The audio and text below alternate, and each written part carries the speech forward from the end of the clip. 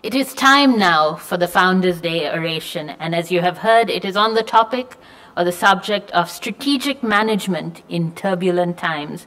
Our orator was appointed Group Chief Executive and member of the Board of Dialog Axiata in 2017, and he commenced his career in telecommunications at Dialog Axiata in 1999, having held multiple roles since then, such as Head of Strategy and CEO of the mobile business, before being appointed Group Chief Operating Officer of Dialog Axiata in 2010. Subsequently, too, he was seconded to international units and he served the group there.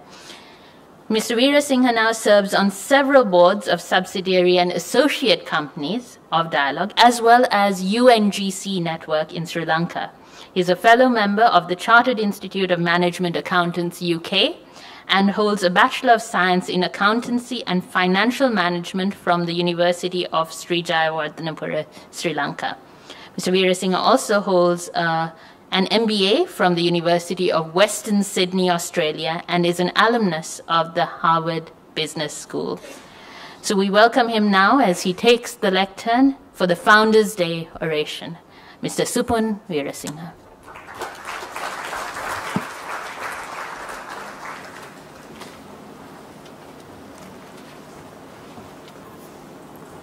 Ayubowan and good evening. Professor Watawala, President of CMA Institute, Mr. Henanayak Bandara, Vice President, Governing Council members, distinguished CMA members, my dear friends, ladies and gentlemen. It's indeed a great honor and a privilege to stand before you this August gathering to share my perspectives on how to navigate an organization through very turbulent times. I think the principle of turbulence is something which is very familiar to all of us nowadays, but was quite unique in a setting if you look back 30, 40 years ago. So I'll first touch on the principle of strategic management, then on turbulence. Then I will try to discuss on what are the key principles that we need to look at in navigating through this challenging environment. The first principle of strategic management. What is strategic management? Strategic management is all about setting direction for the organization, building competitive advantage for the organization, and making sure that the organization is guided towards achieving its goals and objectives. It is normally a 3 to 5 year journey, and it is long-term in nature.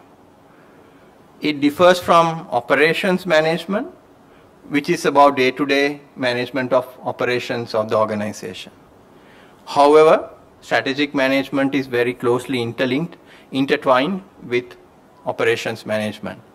Strategic management cannot exist without looking at operations management.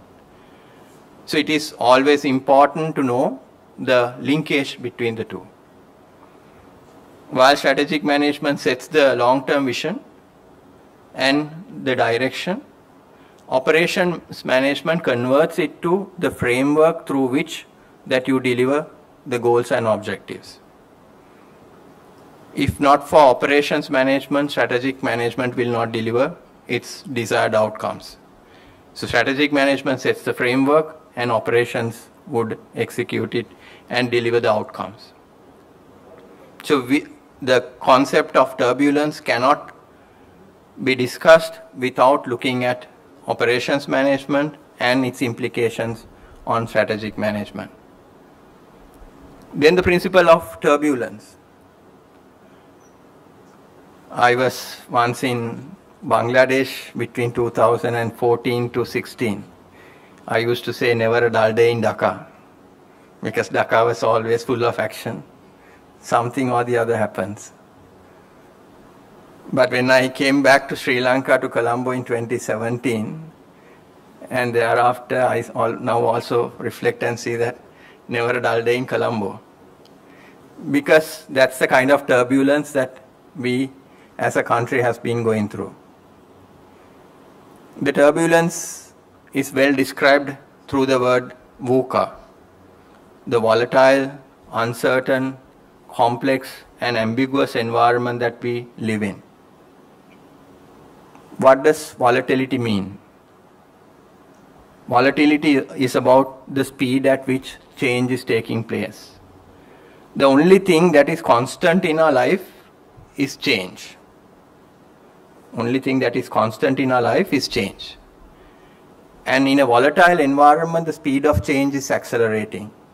And the pace at which the change is taking place is very rapid.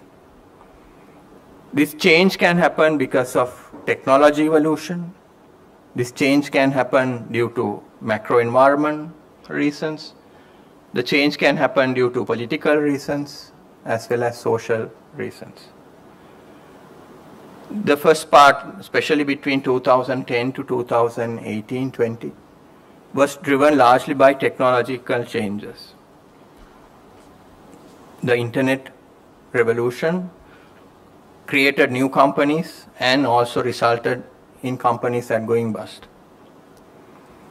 Through the COVID pandemic, again, we see a lot of new opportunities coming up and a lot of organizations becoming uncompetitive. So this change is driven by multiple reasons, but especially we are in the fourth industrial revolution. The industrial revolution which is driven by artificial intelligence, 5G, and power of cloud computing, all coming together to make a significant change in our lives and industries. So the volatility is about the pace at which change is taking place and it is accelerating. And what is uncertainty? What's a simple word for uncertainty? How do we use the word uncertainty very frequently, but uncertainty, simply put, is the unpredictability. The past is not a good predictor of the future. The past is not a good predictor of the future. If it's a certain environment, if the weather is certain, we can say May to August we have the monsoon.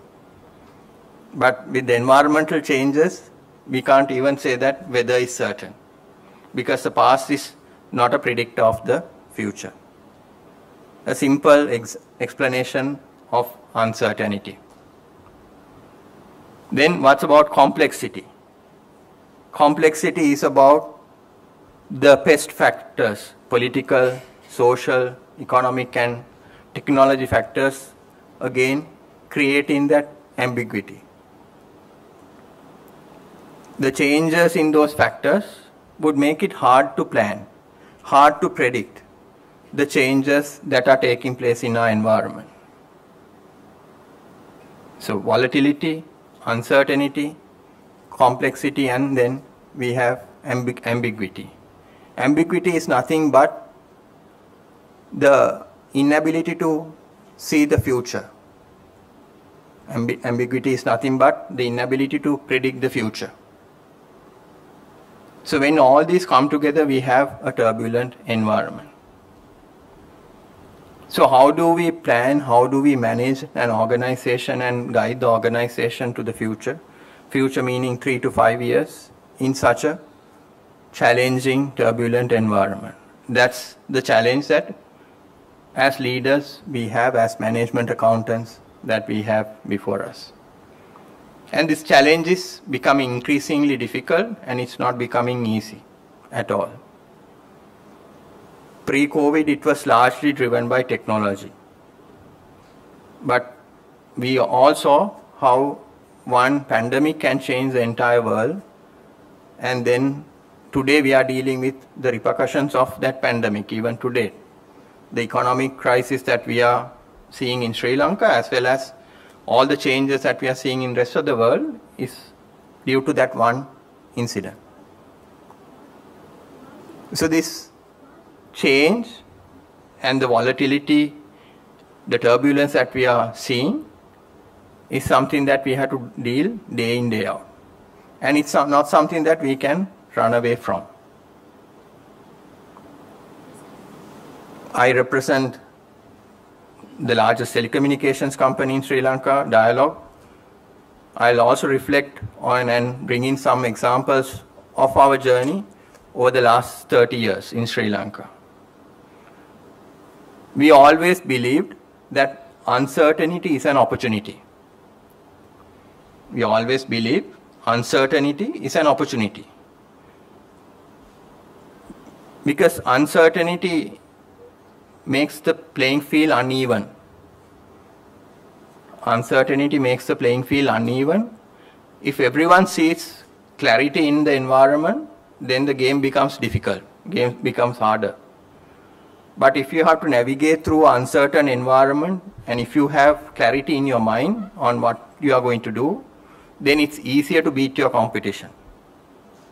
So we approached uncertainty as an opportunity. When we started our operations in 1995, and since then progressing to where we are today, we went through a massive period of massive civil war, investors running away from the country, then the resulting challenges. But we looked always at uncertainty as an opportunity. Because in our industry, we have to look at a horizon minimum of 10 years, sometimes 15 years, some investments 25 years. We cannot invest or we cannot operate our businesses looking at a 12-month horizon or a 24-month horizon. But how do we take those challenging decisions in a very uncertain, turbulent environment that we had in our country?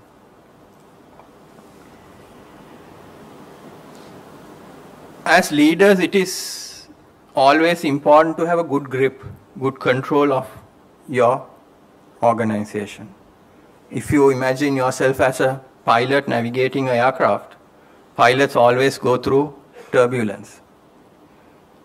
And that turbulence might last for a few minutes, or half an hour, or throughout the journey. And you need to imagine that you are that pilot who is navigating, but not few minutes, but it could be few years that you have to navigate through. You need to always look at delivering success and how do you create winners out of that entire journey. Because based on the approach that you have taken, the success can be very different. In the US, the organizations who have successfully navigated through turbulence has generated on average 14% more returns compared to those who just stayed with the status quo, generating 0% return as per S&P index.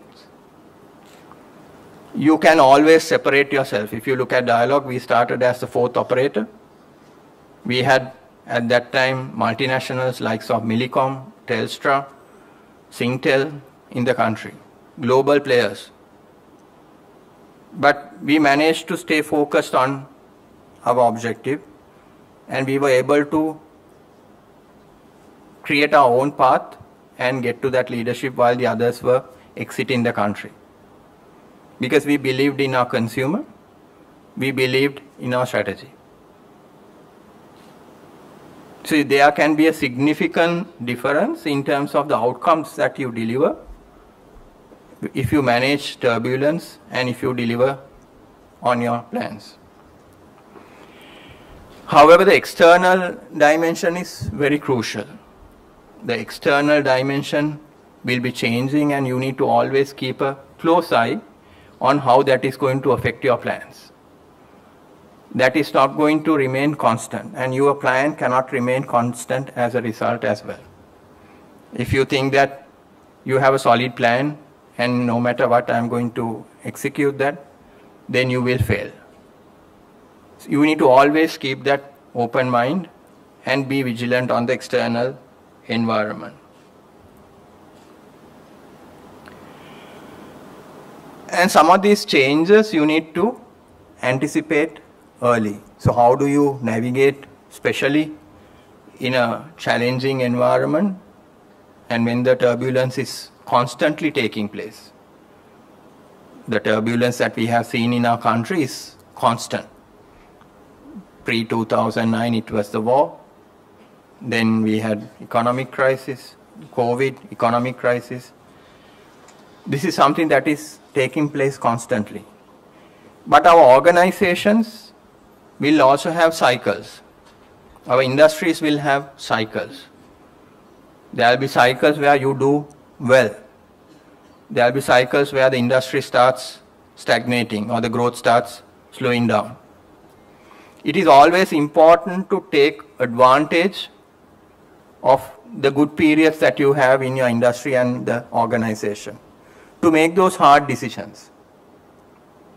You have to make those hard decisions early. And you have to make those hard decisions in good times. Because it's a lot more easier to make those hard decisions in good times than in difficult times. But again, turbulence is not going to go away. It's a relative thing. In that relative thing, your organization's context needs to be looked at and be proactive in taking those hard decisions, so that it's much easier to navigate through difficult times. The other most important aspect is making sure your finances are kept in order. I think if we reflect as a country, when COVID hit, we had a very difficult balance sheet. And that put a lot of strain on our economy. Again, for organizations, while we always look at the P&L, it is always important to keep a track of your balance sheet. Balance sheet gives you the strength to compete, make opportunistic investments, make opportunistic M&A viable. We always look at that P&L, we look at the bottom line, we look at the margins, but seldom look at your working capital, your collection period. How do you optimize your asset base? How do you generate more cash from your assets? How do you sweat your assets better?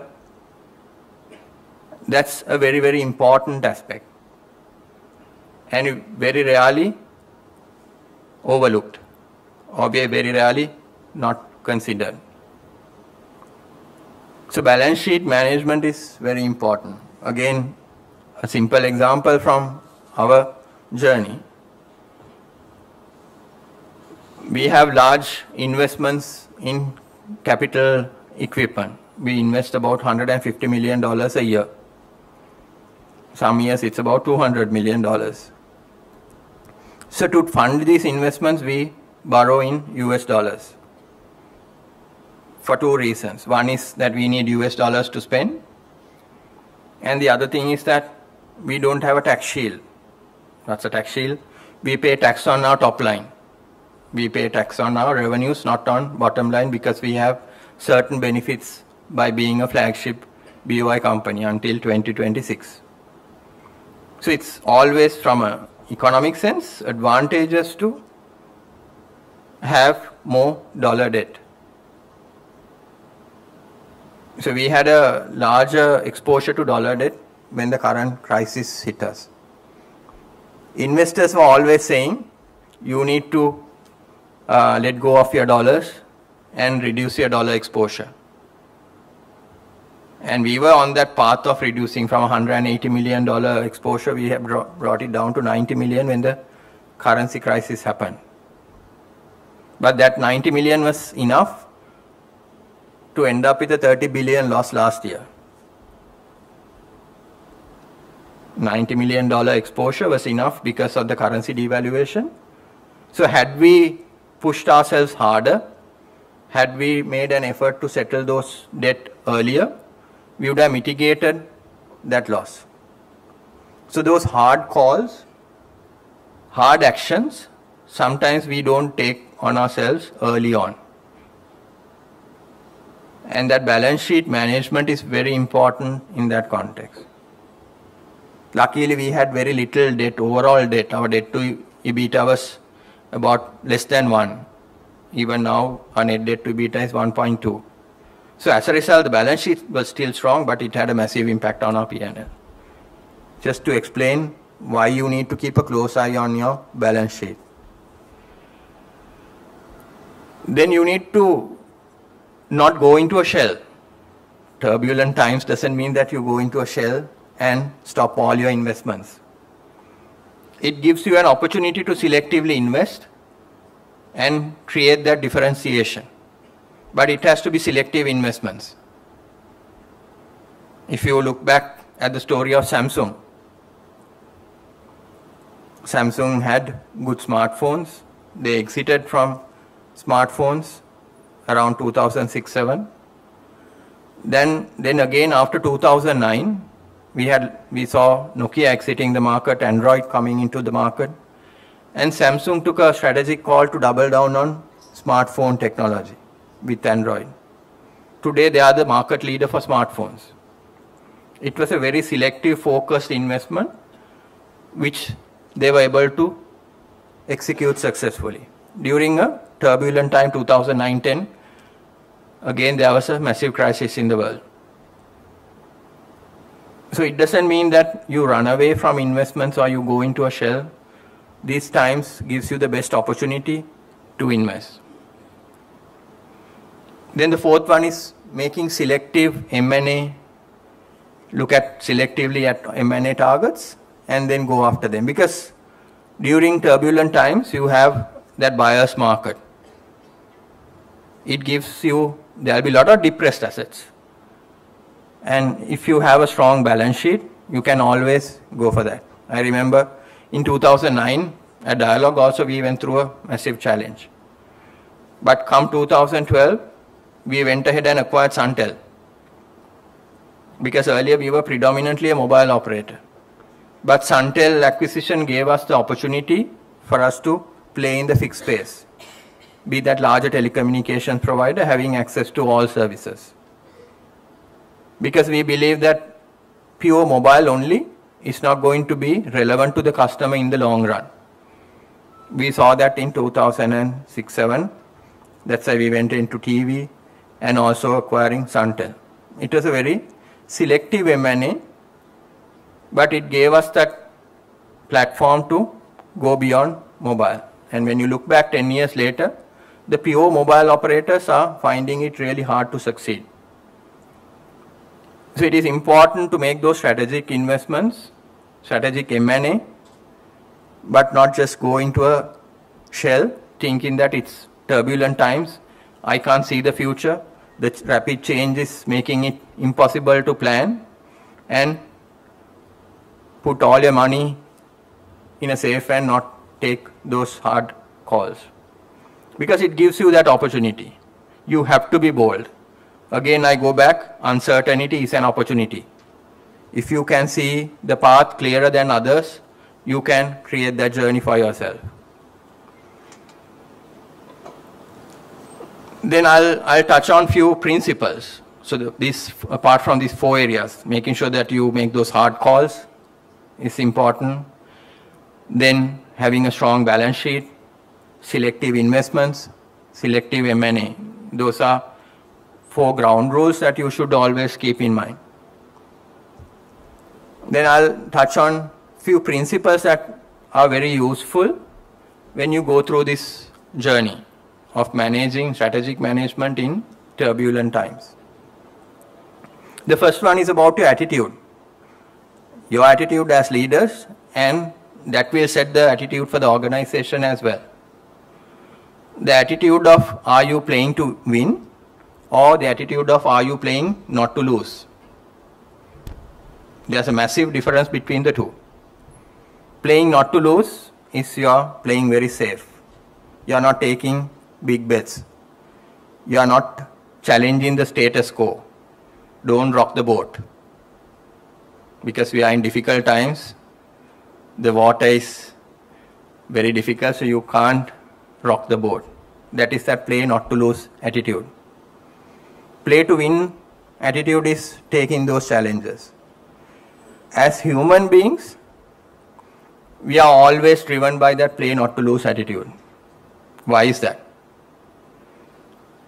Because the pain from losing, the pain that you get when you lose something, it could be failing exam, or it could be not achieving your target. The pain that comes to yourself is much greater than the joy that you get from winning. The pain of losing is much greater than the joy of losing, the joy of winning. So as humans, we are naturally inclined towards play not to lose as humans. So we need to always remind ourselves, am I playing not to lose or am I playing to win? Ask ourselves that question. And that will set the direction, that will set the attitude for the rest of the organization. Then you need to anticipate. You need to anticipate and see these trends early. You need to be proactive. If you don't anticipate, I think we didn't anticipate enough the economic crisis or the crash of the currency last year. Or are we in denial? We think that it is going to crash, but it's not going to depreciate by 80%. You might think it will depreciate by 20%, 30% max. So you need to plan for those scenarios. You can't just do a best case, base case, and a worst case. That's just incremental planning. But you need to look at those extreme situations that can happen and ask the question, are we ready? And if this happens, how are we going to handle the situation? Last year, or December 2021, we saw the potential power outage in 2022. We built fuel storages close to about 5 million liters of fuel can be stored in our network to support our network. Because when there are 10-hour power cuts, if you don't have fuel to operate our generators, then the entire country's connectivity can go down. So we built enough storages to make sure that we can store fuel and to support the network. But we didn't do enough in terms of paring down our dollar debt. So it's very important to anticipate these trends. It is very important to adjust your plans accordingly. Then the third aspect is about agility or strategic flexibility. You cannot have rigid plans. You have to always course correct. One is that you need to, every quarter, every year, you need to reflect and see, are we achieving our targets? But also need to reflect and see, is this helping towards achieve my larger purpose and vision? If not, you have to pivot. If you don't pivot again, you will become irrelevant because the environment is changing rapidly. So that strategic agility is very important, and day-to-day agility is very important. We went to e-commerce, we launched in 2012. E-commerce was a big thing. We acquired at that time anything.lk and we went to e-commerce, thinking that we can win in that space as well. But we tried doing that. 2016, we realized that this is not our cup of tea. We don't have enough money to burn and run e-commerce. And in 2017, we exited that. We gave that company free of charge to our competitor and said, please run it, we don't know to run. You have to have that humility to accept that when you fail as well. Because you are not going to be successful in everything that you do. However, when we did the pay television business, in contrast, again, something that we felt that we were losing money and we couldn't get a grip of. But then we saw the opportunity in terms of retaining customers and building that larger connection. So the closer adjacency we retain, the further adjacency, which is e-commerce, we let go. And you have to have that agility, and as an organization and as a leadership, it is important to take those hard decisions. The other example on the agility is from the world of Disney. If you have, you see Disney all over. Disney is initially more popular for movies, Then Disney was popular for Disneyland, the theme parks. But then the current CEO who was before, he decided we are going to go into streaming because consumer, we need to keep the customer with us, and the consumer is more and more going into these devices, and they are not going to watch movies in large screens or in theaters. So they went and invested about 1.5 billion and acquired a streaming platform. And everyone thought that Disney was crazy, paying so much for a streaming platform. This was in 2013. And about 2 years later, they went and acquired 21st Century Fox for about 70 billion. That gave us the library, the content offering that was needed to run on that streaming platform. Today, they are giving a good run to Netflix and all the streaming platforms, and strengthening that relationship with the customer, the consumer. Disney could have always said, streaming is not my game, content is only creating movies, or it's only ESPN is my game. No. They built on those, took those big bets in difficult times, create that connection to the customer. That is strategic agility. Then the fourth aspect is about action. The fourth principle is about action, the bias for action, sense of urgency. In most situations, we know the ground underneath our feet is moving, and we still think that tomorrow is going to be a better day. All these problems will go away tomorrow, next month, next quarter. It is not going to happen like that. It is very important to act with sense of urgency. The bias for action is very important, a key determinant of your success in a turbulent time. Especially in this part of the world, we are very optimistic. In this part of the world, we are very optimistic. But while being optimistic, it is also important to have that sense of urgency and bias for action. If not, you will not realize the opportunity that comes before you, as well as you will not avoid the risk that will come and damage your business.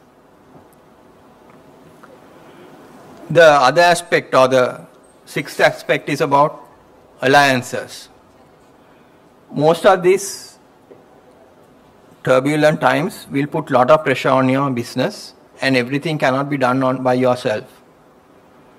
All these plans or execution can get mitigated, or the exposure on your investments, the risk can be mitigated if you work through alliances, partnerships, rather than trying to do everything on your own. So collaboration becomes key.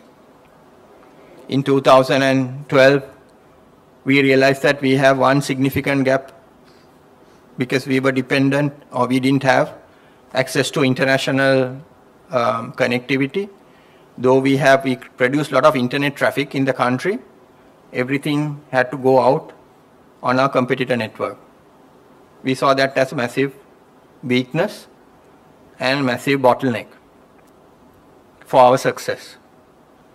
But these investments tend to be around $40–50 million. The returns are very long term.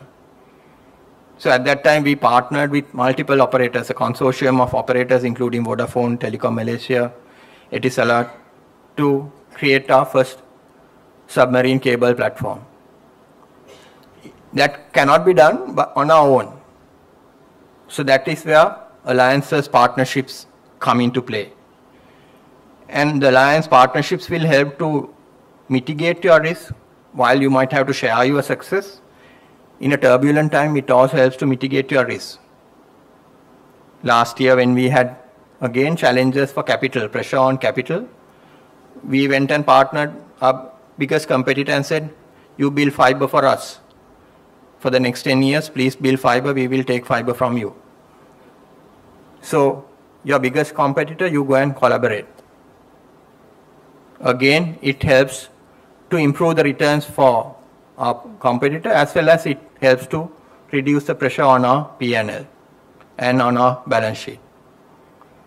It is very important to be having that open mind of alliances and collaboration when you are in a turbulent environment. The other aspect is about abandoning when it's not working. Sometimes these projects that we start, the investments that we start, become part and parcel of us, and it's our baby, so we don't want to let it go or kill that project. It is very important to abandon at the right time. The long tail especially, that is not going to generate significant returns or make you big. You need to let go. I always say, go big or go home. Go big or go home. So either you need to be able to go big and achieve that scale, or shut it down. Increasingly, again, it is very difficult because there's a lot of hard work, passion put into those projects. So there's a lot of resistance. We will try this way, we will wait for another 3 months, another year to take that hard call. But you need to reflect and ask, are we taking those hard decisions? Are we saying to ourselves, go big or go home? The last one is about assessing progress. This is more about going to the balcony. A simple way to remember assessing progress is going to the balcony. Here we are in the dance floor. Day in, day out, we are in the dance floor. We are caught up with our day-to-day operations and execution. But regularly you need to go to the balcony and see how are the plans helping to achieve your set goals. That reviewing of progress is very important. And that reflection cannot be done sitting in the dance floor. You have to go to that balcony. You have to look from beyond to see how your actions are leading towards that large outcome. So occasionally try and go to the balcony. It is important as leaders when you are running your organizations, but also important as individuals to reflect on your life in terms of your learning, your progress, your impact. Always it is important to reflect, go to the balcony and see how you are progressing. So overall, these are the 8 principles that I wanted to touch on. The first one is about attitude, playing to win versus playing not to lose. The need to anticipate early, constantly anticipate. If you are on the road, you are seeing traffic, you will change, you take a different route. You anticipate traffic. But when you are running a business, are you anticipating a difficult environment and are you course correcting on time? Or are you thinking that the traffic will clear, so I will still stay in the same route? In our day-to-day life, we do that. Maybe you have the privilege of Google Maps to tell you this route is going to be 10 minutes delayed. But as management accountants, you have to have that foresight to anticipate and guide the organization. Then it is important to be agile, be able to change, course correct fast, have that bias for action. Use alliances because it can spread your risk. Make sure that you have others contributing to your success. Be ready to let go, abandon, and then assess progress.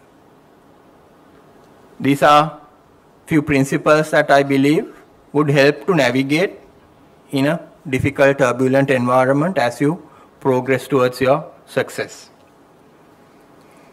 So with that, I will conclude my remarks. Thank you very much for your patient listening. I'll be available for any clarifications post this session. Thank you very much.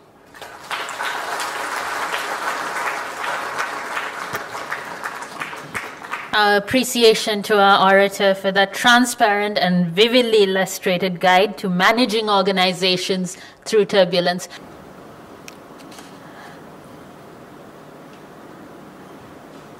And that is the gold medallion for the Founders Day Oration 2023. Our thanks to Mr. Supun Weerasinghe.